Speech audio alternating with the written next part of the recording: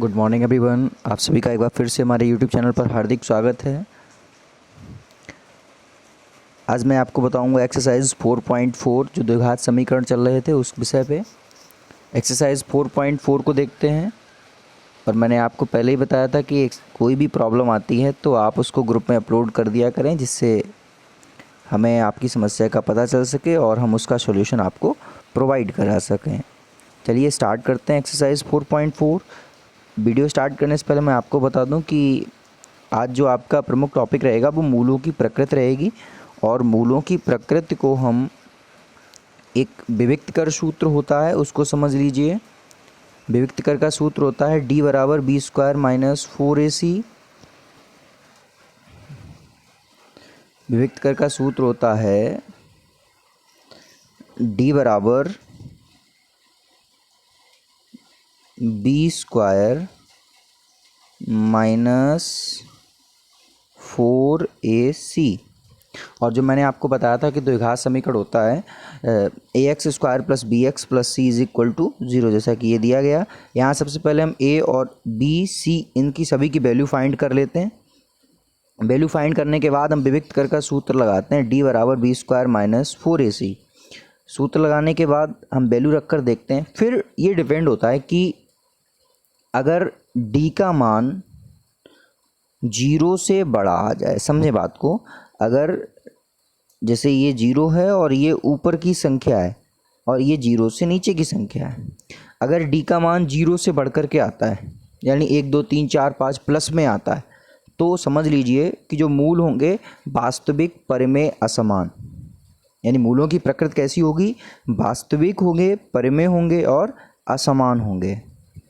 यही जब d की वैल्यू 0 आ जाए, यानी 0 पर आ जाए डी की वैल्यू जब 0 पर आती है तो वास्तविक, परिमेय और जो है मूल समान होते हैं यहाँ पर, यानी मूलों की प्रकृति समान होती है। यही जब 0 से नीचे अर्थात माइनस में आ जाए, यहाँ प्लस था यहाँ माइनस, जब डी की वैल्यू माइनस में आ जाए तो समझ लीजिए कि हमारे मूल काल्पनिक हैं। इतना बस आपको समझना है मूलों की प्रकृति के बारे में। आगे बढ़ते हैं, देखते हैं एक्सरसाइज में। एक्सरसाइज है आपकी 4.4। ये एक एग्जाम्पल भी दिया गया है इसी तरीके का, इसको पॉज करके आप देख सकते हैं। एक्सरसाइज 4.4 का फर्स्ट क्वेश्चन देखते हैं। इसमें एक्सरसाइज 4.4 का first question 2x square minus 3x plus 5 is equal to 0।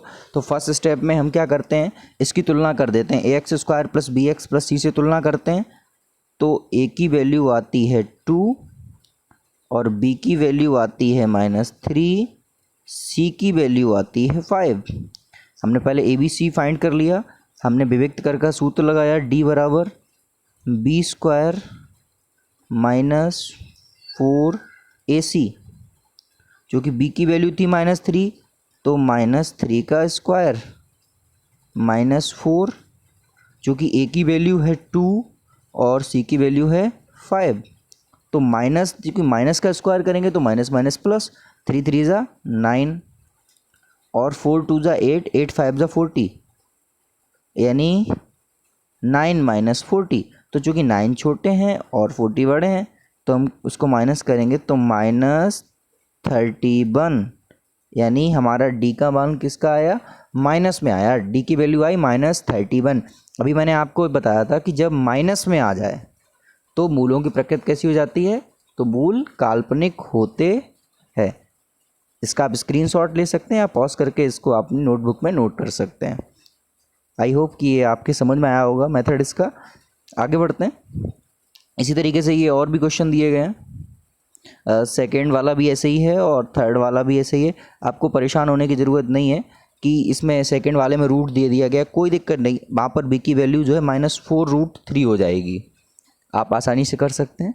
Second question पर पहुँचते हैं कि निम्न प्रत्येक द्विघात समीकरण के का ऐसा मान ज्ञात कीजिए जो उसके मूल बराबर हो।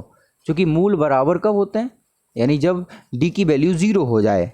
जब मूल बराबर की बात करते हैं तो हम, जैसे क्वेश्चन फर्स्ट दिया गया 2x स्क्वायर प्लस के एक्स प्लस 3, वही फाइंड करना है आपको। जैसे a लिख लिया, b लिख लिया, c लिख लिया। उसके बाद जो फॉर्मूला है आपका d बराबर, जो फॉर्मूला है बी स्क्वायर माइनस 4ac सी इसके बराबर हम 0 कर देते हैं, यानी बी की वैल्यू है के, तो के का स्क्वायर माइनस 4 इंटू ए और सी, यानी ए था 2 और सी है 3, 2 3 जा 6, 6 का मल्टीप्लाई कर दिया इज इक्वल टू 0, के स्क्वायर इज इक्वल टू ये 4 6 जा या 6 4 जा 24, 24 उधर जाएंगे प्लस के हो जाएंगे, यानी के इज इक्वल टू √24। आगे इसको सॉल्व कर दीजिए, आपकी जो भी वैल्यू आए तो उस हिसाब से आप के का मान बता सकते हैं, के का मान क्या होगा। क्लियर? आगे बढ़ते हैं। थर्ड क्वेश्चन है कि किसी एक ऐसी आम की बगिया का बनाना संभव है जिसकी लंबाई चौड़ाई से दोगुनी हो। तो हमने फर्स्ट स्टेप में देखो लंबाई चौड़ाई से दोगुनी है तो हमने चौड़ाई मान ली, तो यानी चौड़ाई जो हमने बी को x मान लिया, b is equal to x, तो l कितना हो गया, चूँकि जो है लंबाई चौड़ाई की दोगुनी है तो ये 2x हो गया। बनाना संभव है, उसका क्षेत्रफल दिया गया 800, चूँकि आयत का क्षेत्रफल होता है लंबाई गुणे चौड़ाई, यानी l इंटू बी दिया गया आपको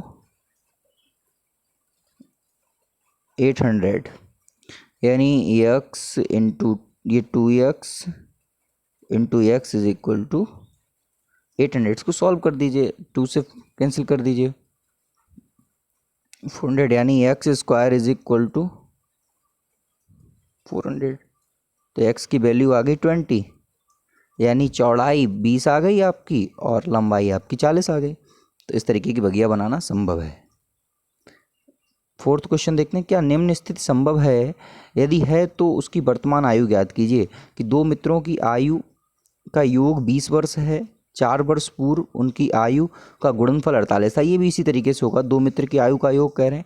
आप किसी एक मित्र की आयु को x मान लीजिए, किसी एक भी मित्र की आयु को आप x मान सकते हैं। मैंने मान लिया a की आयु, एक फ्रेंड है a की आयु को हमने x मान लिया, और b की आयु जो है चूँकि 20 माइनस x हो जाएगी। 4 वर्ष पूर्व कह रहे तो वही स्टेप पुरानी वाली जिससे मैंने बताया था मेथड से, कि 4 वर्ष पूर्व दोनों में से 4 4 माइनस कर दो और उनका मल्टीप्लाई करके इज इक्वल टू 48 कर दो, सॉल्व कर दो, x की वैल्यू आ जाएगी। ऐसे ही 5 क्वेश्चन है कि क्या परिमाप 80 मीटर एंड जो उसका एरिया है 400 मीटर स्क्वायर के एक पार्क का बनाना संभव है? यदि है तो उसकी लंबाई चौड़ाई ज्ञात कीजिए। ये भी आपको ठीक तीसरे वाले क्वेश्चन के तरीके से है, इसको भी आप सॉल्व कर सकते हैं। तो आई होप कि एक्सरसाइज 4.4 जो है आपके समझ में आई होगी। फिर भी अगर आपको कोई प्रॉब्लम आती है तो आप ग्रुप में अपलोड कर सकते हैं, और मैं रिक्वेस्ट करता हूं कि आप सभी वीडियो को देखकर उसको लाइक कर दिया करें और शेयर भी कर दिया करें। धन्यवाद।